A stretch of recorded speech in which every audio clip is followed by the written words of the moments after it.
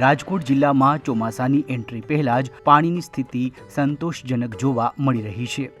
જિલ્લાના 27 ડેમોમાં હાલ કુલ સંગ્રહ ક્ષમતાના 26%થી પણ વધુ પાણી ઉપલબ્ધ હોવાથી પીવાના પાણીની સાથે ખેડૂતો માટે પણ આશાનું કિરણ જોવા મળી રહ્યું છે। જો કે જો આગામી દિવસોમાં વરસાદ ઓછો પડે તો ખેતી માટે પિયતના પાણીની માંગ વધવાની સંભાવના છે। જળ વિભાગના અધિકારી જયદીપભાઈ લાવડિયાના જણાવ્યા અનુસાર રાજકોટ જિલ્લામાં આવેલા 27 ડેમોનું સંચાલન કરવામાં આવી રહ્યું છે। આ ડેમોમાં જળ સંગ્રહની શું સ્થિતિ છે, જાણીશું તેમની પાસેથી। સૌરાષ્ટ્રમાં મુખ્યત્વે આપણે રાજકોટ જિલ્લાની વાત કરીએ તો રાજકોટ જિલ્લાના 27 ડેમોમાં સરેરાશ 26 થી 27% જેટલું પાણી ભરેલું છે। મેજર ડેમની વાત કરીએ કે ભાદર ડેમ છે તો 20% ભરેલો છે, ભાદર 2 ડેમ છે 55% ભરેલો છે, આજી 1 ડેમ 40% ભરેલો છે, આજી 2 ડેમ 80% ભરેલો છે, ન્યારી 1 ડેમ પણ 33% જેટલો ભરેલો છે।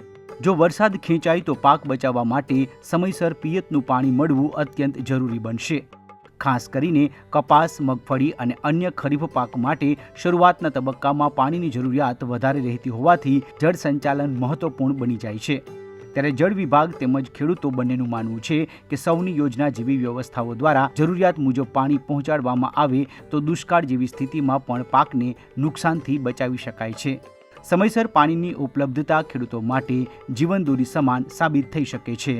આગામી સમયમાં વરસાદ પડે તો ડેમોને આપણે મંથલી રૂલ લેવલ પ્રમાણે મેન્ટેન કરતા હોઈએ છીએ। તો એ પ્રમાણે જો રૂલ લેવલ કરતા વધારે પાણી જાય તો આપણે નીચાણવાળા વિસ્તારમાં પાણી છોડતા હોઈએ છીએ, જેનો આપણે આગામી ચેતવણી પણ આપતા હોઈએ છીએ। પ્રી મોન્સૂનમાં ડેમના મેન્ટેનન્સની પાણીના લેવલની ગેટ ચકાસણીની બધી કામગીરી થતી હોય છે, જે સત્વરે બધા ડેમો તેમના લેવલથી કરી રહ્યા હોય છે।